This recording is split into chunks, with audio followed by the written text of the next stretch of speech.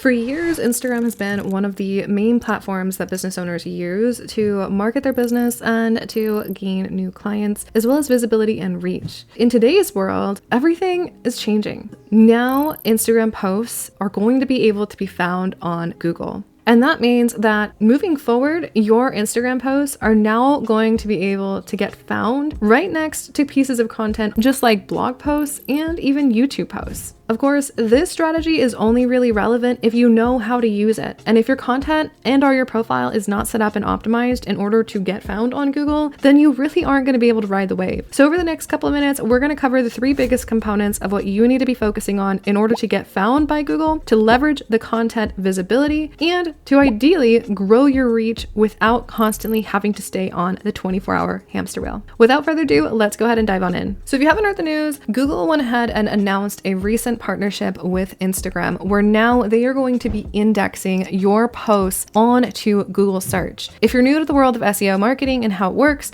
essentially whenever you create content on Google, you're able to have that content be indexed, aka put in the library of Google. So when somebody's searching for information related to what you created, your content has the possibility of showing up. This is incredibly important for business owners and/or for any type of content creators if your goal is to get found by users without constantly pushing your content in front of them. It allows you to be able to be in front of the right people at the right time when they're ready to purchase, to buy, or looking for what it is that you do or offer. The biggest benefit of this is that it's extending your social media content lifetime from a mere 24 hours to maybe 48 hours, and now giving it the opportunity to last weeks, if not months. That means that post that you create on your Instagram feed is no longer just going to disappear into the abyss after 48 hours, but it can continue to gain traction and reach for months after it's been created. But before you can actually leverage this incredible new tool that Instagram is offering, you have to make sure that you actually optimize your Instagram business profile. Before you can actually start utilizing these tools, you need to make sure that you're optimizing your account and you're actually set up to be eligible for this feature. So let's go ahead and dive into criteria number 1. In order to be eligible to start using these features, to have your content get indexed by Google,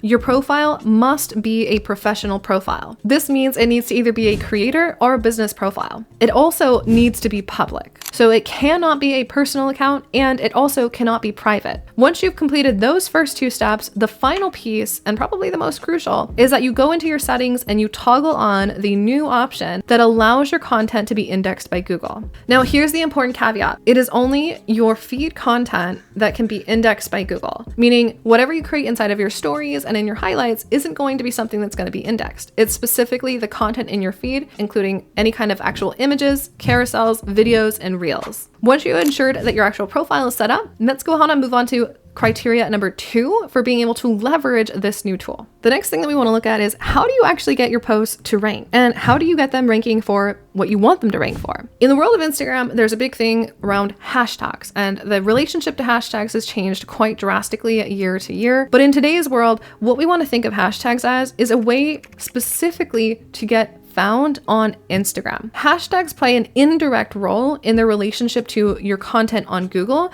but they do have a place in the context of what it is that you're doing. Your hashtags are essentially a way for you to create visibility and reach by using targeted keywords that you know your audience is looking for on Instagram specifically. It's an indirect relationship because what you put for your hashtags is not necessarily the keyword that Google is going to rank you for.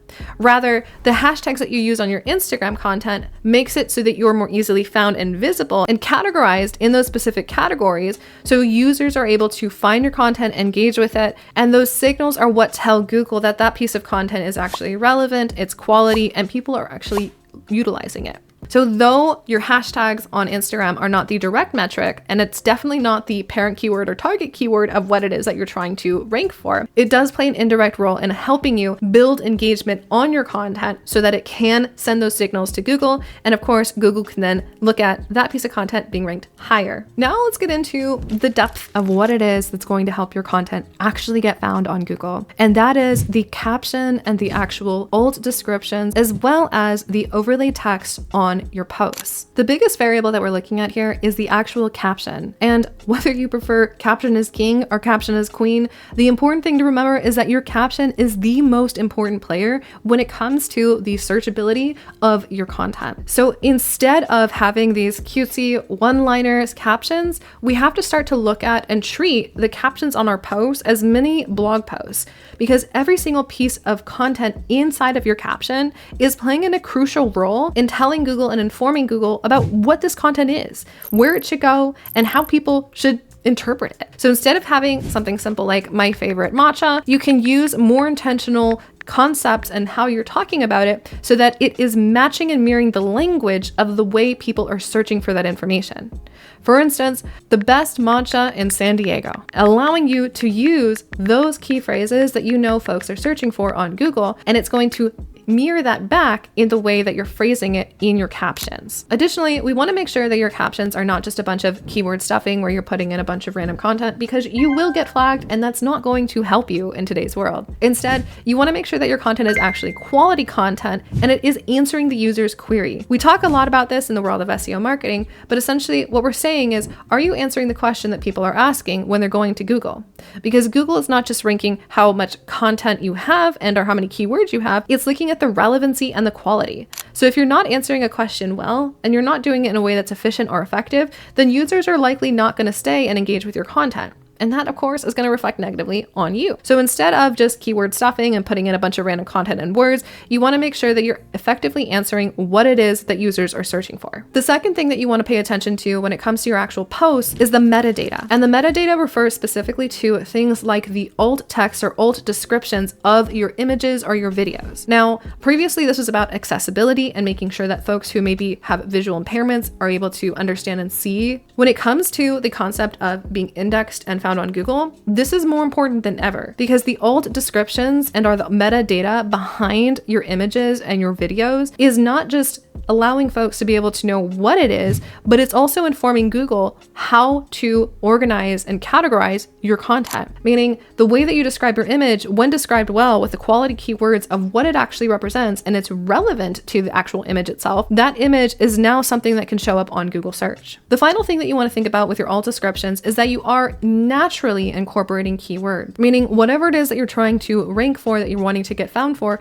you're including those keywords and phrases in the way that you're describing the images, as the images should be relevant to what it is that you're creating. Next, we get into the actual overlay text of your reels and your videos. Now, this one caught me by surprise, and I'm very impressed by the new ability that platforms have to not just read the captions, but now being able to translate the overlay text that you put on your reels and use that as a way to also inform Google of what that content is about and how relevant it might actually be to the user. This means you don't want to just have random words or misspellings or random things on the overlay text in your reels. You want to make sure that you're utilizing that space to include similar information and details as you would in your caption, so that that content is also helping to boost the readability and the relevancy of your content. Now, this one goes without saying, and we talked about this in one of our earlier videos about how to optimize your Instagram profile for searchability. But again, what you want to remember and think about is you need to have the actual keywords or the parent keywords inside of your bio,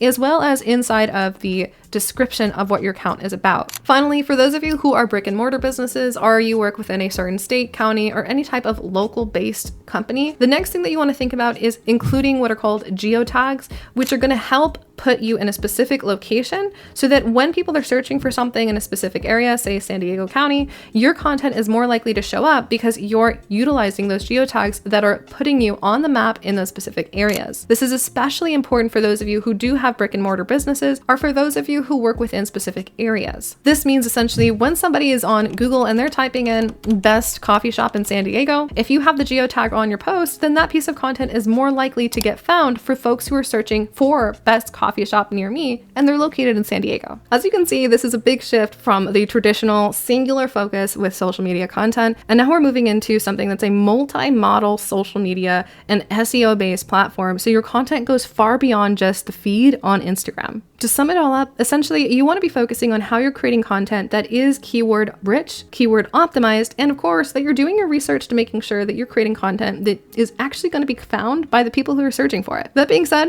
I'm curious to hear from you which of these tips was the most important and are helpful so far, and more importantly, which one are you feeling like you might need more clarity or information on? Feel free to comment down below. We'd love to hear from you. Otherwise, if you found this piece of content helpful, as always, be sure to give it a thumbs up. It does make a big difference for our channel. And if you want to stay tuned for more content, we release new videos every single week. Make sure you hit the subscribe button, and I cannot wait to see you there.